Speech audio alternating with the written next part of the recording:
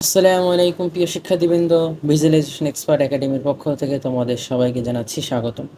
আজকে হচ্ছে আমাদের অটোক্যাড 2007-এর প্রথম ক্লাস। আজকের ক্লাসে আমরা যা শেখাবো তা হচ্ছে unit setting, dimension tools, draw tools, line, rectangle, circle, modify tools, erase, copy এবং মুভ। আমরা অটোক্যাড একদম প্রথম থেকেই শুরু করছি যাতে তোমাদের সুবিধা হয়। দেখো, প্রথমে আমাদের কি আছে, ইউনিট সেটিংস। আমরা যখন অটোক্যাডে কাজ করতে যাই তখন আমরা বিভিন্ন মাপে কিন্তু কাজ করতে পারি। কেউ দেখো ফিটে কাজ করে, কেউ ইঞ্চিতে কাজ করে, বিভিন্ন জনে বিভিন্ন রকমভাবে কাজ করে, তাই না? এখন আমরা চাচ্ছি যারা সিভিলে তারা ফিটে কাজ করে বেশি স্বাচ্ছন্দ্য বা মজা পায়, কারণ আমরা যখন স্কেচআপে যাই তখন আমরা ফিটেই মজা পাই। সেটা কয়েকটা কারণ আছে যে ফিটে যে কোনো মাপ দেওয়া খুব সহজ, ইঞ্চি বা সেন্টিমিটার তোমার মিটারের থেকে, যে কারণে আমরা যারা আর্কিটেকচার তারা হচ্ছে যে ফিটে কাজ করে থাকি।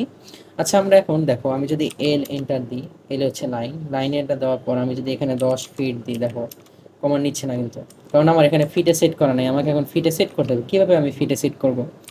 ইউনিটের শর্ট কমান্ড হচ্ছে ইউএন এন্টার। ইউনিট দেওয়ার পর এখানে দেখো ডিসিমাল নামে একটা অপশন আছে, এটা আমরা চেঞ্জ করে দিব আর্কিটেকচারাল যখন দিব, দেখো এখানে ইঞ্চি এসে পড়ছে। এইটা প্রিসিশন থাকবে 1/16 ইঞ্চি থাকবে, এটা চেঞ্জ করবা না। আর দেন এখানে ক্লকওয়াইজ করে দেবো। এটা কেন করব সেটা আমরা আরও পরে আগে আলোচনা করব, এখনই না। এখান থেকে এগুলো আর কিছুই আমরা চেঞ্জ করবো না, জাস্ট ওকে দিয়ে দেবো। দেন আমাদের এই কাজটা শেষ। এখন এটার কি কাজ হলো তোমাদের দেখায়। ধরো এই লাইনটা দিলাম, এখন আমি একটা লাইন টানতে চাচ্ছি 10 ফিট। এন্টার, দেখো আমার 10 ফিটে কিন্তু একটা লাইন চলে আসছে। এতক্ষণ কিন্তু আসছিল না, কারণ এতক্ষণ আমার ফিটে ছিল না, এখন আমার ফিটে এসে বসছে। ওকে, আমি এটা ডিলিট করে দিচ্ছি। দেন আমরা কি শিখবো, ডাইমেনশন সেটিং। এখন এই ডাইমেনশনটা আবার কি? আমরা তো ইউনিট দেখলাম, ইউনিটের কাজ কি তা তো জানলাম, যে লাইন টানার জন্য আমরা ইউনিটটা দিয়ে থাকি। তাহলে ডাইমেনশনের এখন কাজ কি দেখো। ধরো আমি একটা লাইন টানলাম, ঠিক আছে। এখন আমি যদি এটা ডাইমেনশন থেকে চেক করতে যাই, লাইনার দিয়া এই পয়েন্টে ধরলাম এবং এই পয়েন্টে ধরলাম, তাহলে দেখো আমার কত আসছে। এই দেখো 100.2906, এরকম অনেক বড় একটা সংখ্যা আসছে। আমি চাচ্ছি যে এটা ইঞ্চিতে বা ফিটে আসুক। তখন আমি কি করব, তখন আমি বলবো ডি এন্টার দাও। ডাইমেনশনের শর্ট কমান্ড হচ্ছে ডি এন্টার, নোট করে নাও, ঠিক আছে। তারপর আমরা এখান থেকে মডিফাইতে চলে যাব। ও ভালো কথা, আমাদের ক্লাসটা কিন্তু কয়েকটা পার্টে আসবে। যারা শুধু আমাদের পেইড শিক্ষার্থী তাদেরকে আমরা অটোক্যাড থেকে শুরু করে স্কেচআপ এবং ভিরে অর্থাৎ 3D রেন্ডারিং পর্যন্ত, আমরা রিয়েলিস্টিক ফটো করা পর্যন্ত সব কিছু শেখাবো। তা তোমরা যদি আমাদের এই কোর্সে ভর্তি হতে চাও তাহলে আমরা কোর্সের মূল্য রেখেছি মাত্র 2500 টাকা। তোমাদেরকে আমরা অটোক্যাড, স্কেচআপ, ভিরে প্লাস বিএনবিসি 2020 এর যতগুলো রুলস আছে এই রুলস নিয়ে তোমাদের সাথে আলোচনা করব, যাতে এই ডিজাইন সম্পর্কিত আর কি, এর বাইরে না। ডিজাইনের করতে তোমাদের যেগুলো রুলস জানা প্রয়োজন ওই সকল রুলস সম্পর্কে তোমাদের আলোচনা করব। তোমাদের সেটব্যাক দেখাবো, ফার দেখাবো, এবং গ্রাউন্ড ম্যাক্সিমাম গ্রাউন্ড কভারেজও দেখাবো, এমজিসি। এগুলো সবই দেখাবো তোমাদেরকে। তারপর আমরা দেন তোমাদেরকে লেআউট প্ল্যান, সাইট প্ল্যান, এই সমস্ত রকম প্ল্যান সম্পর্কে দেখাবো।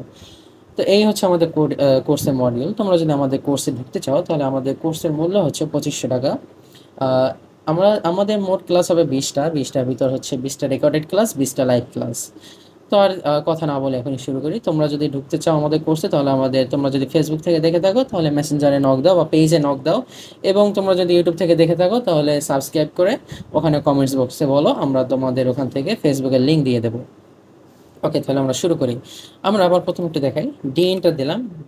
ডাইমেনশনের শর্ট কমান্ড ডি এন্টার দিলে এরকম একটা পপ আপ আসবে। এখান থেকে দেখো মডিফাই নামে একটা টুলস আছে, মডিফাইতে যাব। এখান থেকে দেখো প্রথম হচ্ছে প্রাইমারি ইউনিটে যাওয়ার পর দেখো এখানে ডিসিমাল নামে যে অপশনটা আছে এটা আমরা চেঞ্জ করে এখানে আর্কিটেকচার করে দেবো। তারপর দেন প্রিসিশন একই থাকবে 1/16 ইঞ্চি, আর এগুলো বাকি একই থাকবে। এখান থেকে আমরা কোনো রকম কিছু চেঞ্জ করব না। তারপর আমরা আসি, এখানে আরেকটা অপশন আছে টেক্সটের কাজটা কি? টেক্সটটা হচ্ছে আমাদের যে লেখাগুলো, আমরা যখন রুম লিখবো বা যে কোনো কিছু লিখবো তখন যে লেখাটা আসবে সেটা কীরকম আকারে আসবে, কোন ফ্রন্টে আসবে, সেটা এখান থেকে এটা 6 ইঞ্চি দিয়ে দেবো আমরা। এখনই তোমাদের এই টেক্সটের চ্যাপ্টারটা দেখাচ্ছি না, কারণ কয়েকটা কারণ আছে, আমরা স্টেপ বাই স্টেপ যাব। মাঝখান থেকে দেখালে তোমাদের সমস্যা হবে।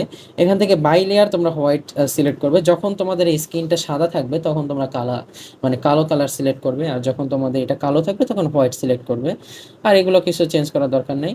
দেন আমরা এখান থেকে দেখো স্ট্যান্ডার্ডের পাশে একটা অপশন আছে 3 ডট, এটা ক্লিক করলে তোমাদের এখান থেকে বলবে ফ্রন্ট নেমে ক্লিক করার পর এখান থেকে তোমরা ভার্ডানা সিলেক্ট করবে, এবং এখান থেকে হাইটে তোমরা দিবে 6 ইঞ্চি।